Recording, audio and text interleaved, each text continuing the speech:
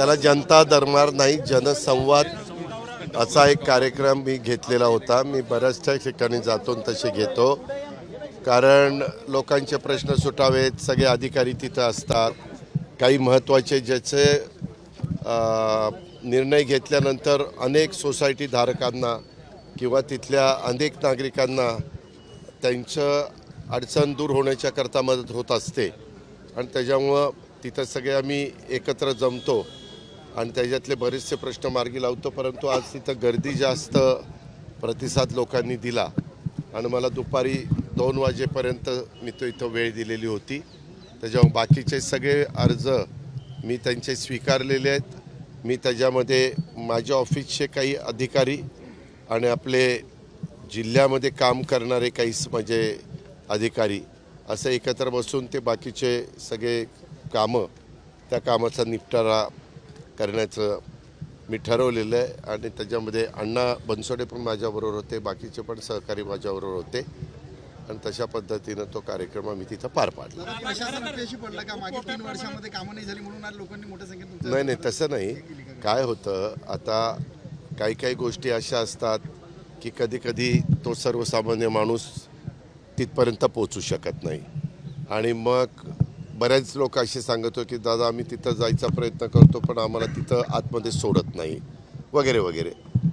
आज त्याचं जर काम योग्य असेल तर त्याला मदत झाली पाहिजे. आम्ही महायुतीच्या सरकारमध्ये काम करत असताना आमची मुख्यमंत्र्यांची आमच्या सगळ्या मंत्रिमंडळाची तीच अपेक्षा आहे, कारण जनतेने एवढ्या मोठ्या संख्येने आम्हाला निवडून दिलेलं आहे.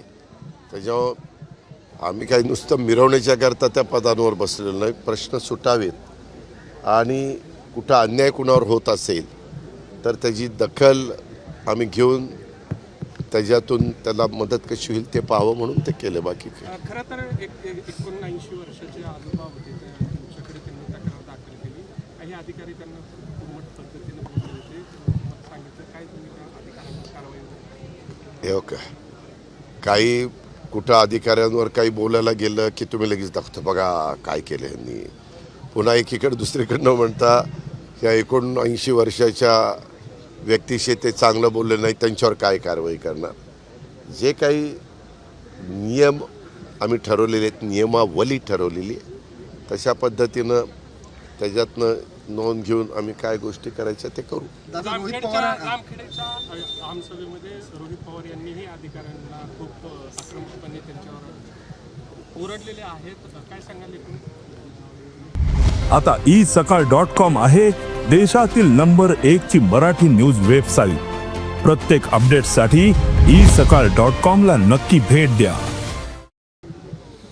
संविधानाने आणि घटनेने प्रत्येकाला अधिकार दिलेला आहे. कुणी कसं वागावं, कसं बोलावं, कसं काम करून घ्यावं हा ज्याचा त्याचा प्रश्न असतो आणि त्या पद्धतीनं प्रत्येकजण काम करत असतात. आता एवढ्या मोठ्या महाराष्ट्रामध्ये रोज अनेक जण अनेक वक्तव्य करतात आणि त्यांनी हे वक्तव्य केलं म्हणून तुमचं काय मत आहे, तो असा वागला म्हणून तुमचं काय मत आहे.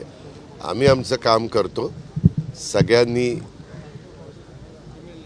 योग्य पद्धतीनं जी महाराष्ट्राची संस्कृती आहे किंवा सुसंस्कृत महाराष्ट्राच्या संदर्भामध्ये कसं वागलं बोललं पाहिजे हे आपल्याला चव्हाण साहेबांनी जी शिकवण दिलेली त्या रस्त्याने गेले तर त्याचा जास्त उपयोग होईल असं मला वाटतं. कधी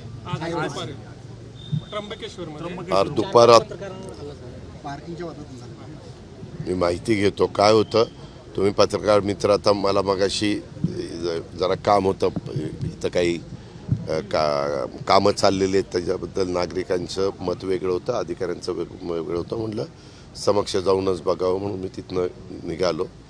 वास्तविक पत्रकारितेचं काम पत्रकार मंडळी करतात, त्यांना त्यांचा अधिकार आहे आणि त्यामध्ये असं कधीच कुणी कायदा हातात घेण्याचा प्रयत्न हा करता कामा नये.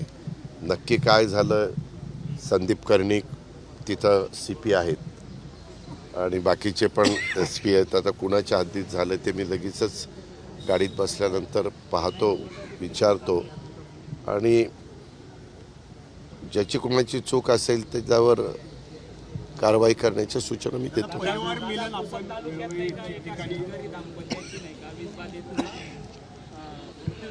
कुठे पुसद तालुक्यात महागाव तालुक्यात शेतकरी आहेत. हां पोळ्याच्या दिवशी घटना घडलेली आहे. पोलीस तक्रार म्हणजे श्रावणी पोळा का भाद्रपदातला पोळा? भाद्रपद पोळा अरे भाद्रपद पोळा उद्या आहे शाणे. नाही सॉरी श्रावणी. हां. अरे मी शेतकरी आहे, मला कधी कुठला पोळा चांगला माहिती समाज मिलन आपण नाही. ऐका थांबा ना. त्याच्यामध्ये मी पत्रकार मित्रांनो, तुम्हाला तर अनेक ठिकाणून बातम्या येत असतात. आम्ही असतो आमच्या कामात. मी सकाळपासून त्या कामात होतो, तिथून इथं आलो. मगाशी तुमच्याशी बोलता आलो नाही म्हणून तुम्ही इथं आल्यानंतर तुम्हाला आम्ही बोलण्याची तुमची इच्छा होती, मी पण तिथं बोलतो आहे. मी माहिती घेऊन त्याच्याबद्दलचं सांगेन. वास्तविक काय नक्की झालं आहे, कशा पद्धतीनं झालं आहे, कोण त्याला जबाबदार आहे, कशामुळं विषबाधा झाली, हे जरा पाहावं लागेल. आणि ज्याचं कुठं चुकलं असेल कुणाचं त्याच्याबद्दल ॲक्शन घ्यावी लागेल. दादा आपण परिवार मिलनच्या माध्यमातून बऱ्याच नगरसेवकांची किंवा माजी पदाधिकाऱ्यांची भेट घेणार आहे. एकूण महापालिकेची तयारीच्या दृष्टीनं या भेटीगाठी अरे बाबा, राजकीय पक्षामध्ये तुम्ही काम करत असता त्यावेळेस सगळ्याच गोष्टीची तयारी त्यांना ठेवावी लागते. संपर्क ठेवावा लागतो.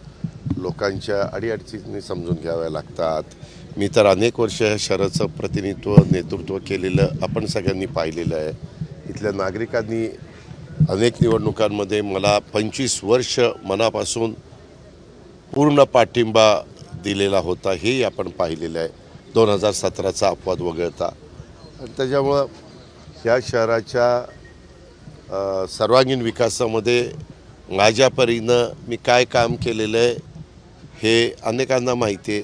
त्याच्यामुळे मी संपर्क साधण्याच्या दृष्टिकोनातनं आणि गाठीभेटी घेण्याच्या करता मी आलेलो आहे. परिवार मिलन आपण करतोय, सगळ्यांना एकत्रित करण्याचा प्रयत्न. इकडे चर्चा जोमानं सुरू आहे की पवार कुटुंबियांचं राजकीय मनोमिलन सुद्धा होईल. अनेक कार्यकर्ते जे आहेत ते दोन्हीकडचे वेळोवेळी ही मागणी करतात, तर ते पण मनोमिलन होण्याची काही आपल्यात एक उत्तर देतात, सजेशन फॉर ॲक्शन.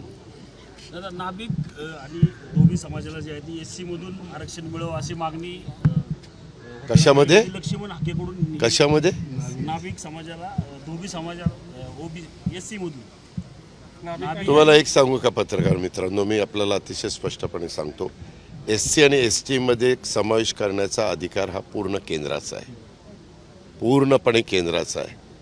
त्याच्यामध्ये अनेक घटकाला अनेक ठिकाणी सहभागी करून घ्यावं, समावेश करून घ्यावा, आरक्षण द्यावं वाटतं. तो त्यांचा अधिकार आहे मागणी करण्याचा.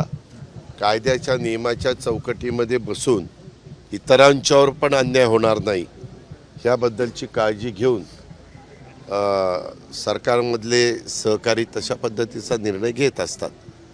तुम्हालाही माहिती आहे की अनेक वर्ष अनेक प्रकारच्या मागण्या ह्या चालू असतात. त्याच्यातलाच हा भाग आहे. नाशिकमधून देखील आता बंजारा समाज देखील पुढे आलेला आहे. SC मध्ये त्यांना देखील समाविष्ट करण्यासाठी आंदोलन सुरू. SC नाही, SC ST मध्ये तू जरा माहिती घेऊन प्रश्न विचार. जयंतराव पाटलांना वेळोवेळी टार्गेट करतात. नाही रे बाबा, त्याबद्दल सगळं काही काल उत्तरं दिली गेलीत. मुख्यमंत्र्यांनी जे सांगायचं ते सांगितलेलं आहे. सगळं मला जे बोलायचं ते बोललेलं आहे. तुम्ही सगळ्या महाराष्ट्राने बघितलेलं आहे. त्याच्याबद्दल आता काल त्या गोष्टीचं उत्तर दिल्यानंतर पुन्हा तोच विषय काढणं बरोबर नाही. संजय राऊत असं म्हटले की जाणीवपूर्वक त्यांना टार्गेट केलं जाते का तर त्यांना भाजपमध्ये घ्यायचं. असं काय, जर कुणाला कुठल्या पक्षात घ्यायचं असेल तर असं टार्गेट करून कोणी जाणार आहे? कठीणच आहे. उद्या पुन्हा एकदा भारत पाकिस्तान मॅच होते, तुमचं काय शुभेच्छा भारतीय. अरे बाबा, मी मागच सांगितलेलं आहे, त्याच्यामध्ये 2 मतप्रवाह देशातल्या नागरिकांचा आहे. कारण मधल्या काळामध्ये जी घटना जम्मू काश्मीरला घडली त्याच्यातून काही वर्गाचं मत वेगळं आहे की बाबा अशांच्या बरोबर खेळू नये. क्रीडा क्षेत्रामध्ये काम करणारा जो वर्ग आहे, क्रीडा रसिक जो आहे, त्यांचं मत त्याच्यामध्ये वेगळं आहे. अशा 2 मतप्रवाह आहेत. शेवटी प्रत्येक गोष्टीला 2 बाजू असतात आणि त्याच्यातनं कुठलंही काही मत व्यक्त केलं की लगेच तो दुसरा म्हणतो यांनी असं कसं काय मत व्यक्त केलं. आता त्याचा अधिकार आहे. शेवटी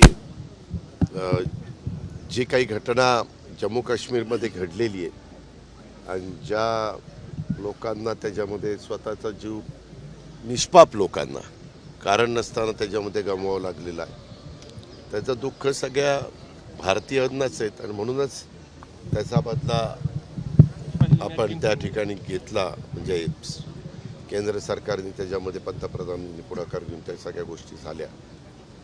परंतु एखादी गोष्ट नजीकच्या काळात झालेली असेल आणि नंतर कुठलं काही असं खेळाचा एखादा विषय पुढं आला तर त्याच्यामध्ये ती जखम ताजी असते, त्याच्यामुळे त्याच्यामध्ये जास्त चर्चा होते. ही वस्तुस्थिती आहे. जो H1Bचा व्हिसाबद्दल जो निर्णय घेतला यांना मोठा फटका बसेल असं एक तज्ज्ञांचं म्हणणं आहे.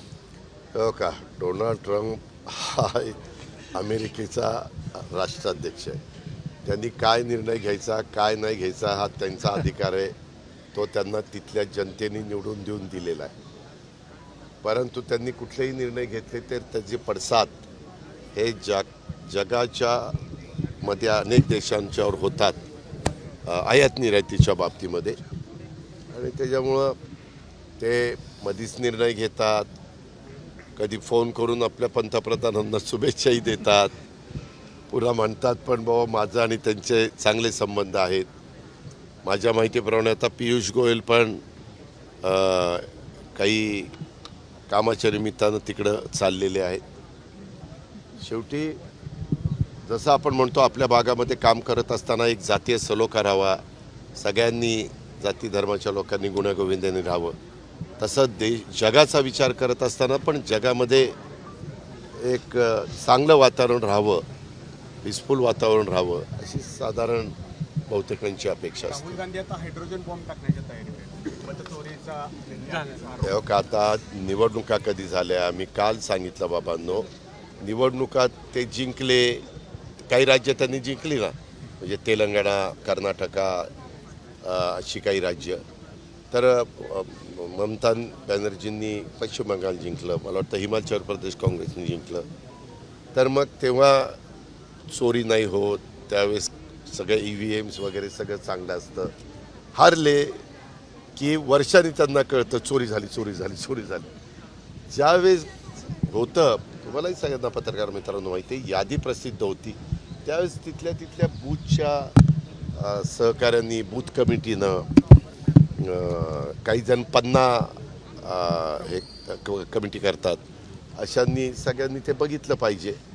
आणि त्यात काही चुकीचं असेल तर लगेच ते नोंदवलं पाहिजे, लगेच अधिकारी त्याची नोंद घेतात. परंतु फेक नॅरेटिव्ह अशा पद्धतीनं सेट करायचं हे बरोबर नाही. मागे त्यांनी संविधान बदलणार असं सांगून एक फेक नॅरेटिव्ह सेट करण्याचा प्रयत्न केला, त्याच्यामध्ये त्यांना काही प्रमाणात यश आलं. त्याच्यावर त्यांनी आता हा दुसरा मुद्दा हातामध्ये घेतलेला दिसतोय, परंतु त्याला काही तो तथ्य नाही आहेत. काही वर्षापूर्वी तुम्ही पिंपरी चिंचवडचे रस्ते दापोडीपासून निगडीपर्यंत मोठे केले, मात्र तेच रस्ते आता अर्बन स्ट्रीटच्या नावाखाली लहान करण्यात आले. नक्की कारण काय? आणि शहरातून रस्त्यांवर खड्ड्यांचं साम्राज्य झालं. कोंडे व्हायला लागले. त्याला काही त्या संदर्भामध्ये रस्ते चांगले असले पाहिजेत, म्हणून आजच मी अधिकाऱ्यांना सूचना दिलेल्या आहेत. पाऊस जरा थांबला की रस्ते चांगले करण्याचा धडक कार्यक्रम घेतला जाईल. त्याच्यामध्ये आपण आता वेगळी मेट्रो चालू करतो. मी तर आता आलो त्या रस्त्याने रुंदी कमी नाही झाली. आम्ही फिरतो ना सगळीकडे. निगडीपर्यंत सगळे अर्बन स्ट्रीटने सर्व्हिस रस्ता आहे ना तो. फुटपाथ वगैरे वाढवले. स्मार्ट रस्त्याच्या नावाखाली सगळं अरुंद करण्यात येत आहेत. अहो किती लेन्स होत आहेत, दोनच लेन. मग तो दोन लेनचाच होता ना रस्ता. नाही हो, आता मीच केलेले रस्ते तुम्ही मला सांगताय. हो का, मधले होते 2 म्हणजे 4 लेन, कडेचा सर्व्हिस रोड होता 2 लेन आणि इकडचा सर्व्हिस रोड होता 2 लेन. असे 8 लेन त्या काळामध्ये केलेले आहेत, अजून पण आहेत. त्यातले 2 लेन, आता 2 लेन, 1 लेनला गाड्या थांबतात पार्किंगची, एकच लेन चालू असते. नाही हो, मी आता प्राधिकरणामध्ये काही ठिकाणी बघितलं, आम्ही काही करत असतो त्यावेळेस ट्रॅफिकचा प्रश्न येऊ नये म्हणून पोलीस खात्याच्या पण लोकांना विश्वासात घेतो. तर त्याच्यामध्ये त्यांनी फुटपाथमध्ये पार्किंगची पण व्यवस्था जरा केलेली आहे, आत्ता इथं केलेली आहे. मी बारामतीमध्ये पण ते केलेलं आहे. म्हणजे टू लेन रस्ता ठेवलेलाच आहे, 2 वाहनं जातील असा, आणि शिवाय पार्किंग होईल अशी व्यवस्था सर्व ठिकाणी नाही, काही ठराविक ठिकाणी केलेली, ती तशी केलेली. आणि लोकांनी आपली वाहनं त्यांच्या असणाऱ्या इमारतीत पार्क करावी ना, त्याच्यामध्ये रस्त्यावर पार्क करणं हेही चुकीचं आहे. सगळ्यांनी नियमाचं पालन केल्यानंतर शिस्त राहील आणि सगळ्यांना प्रवास सुखकर होईल. धन्यवाद. देश विदेशातील प्रत्येक घडामोडींचे लाईव्ह अपडेट मिळवण्यासाठी आता साम टीव्हीच्या सर्व सोशल मीडिया प्लॅटफॉर्मला लाईक, फॉलो आणि सबस्क्राईब करा. तसंच सर्व नोटिफिकेशनसाठी बेल आयकॉन प्रेस करायला विसरू नका.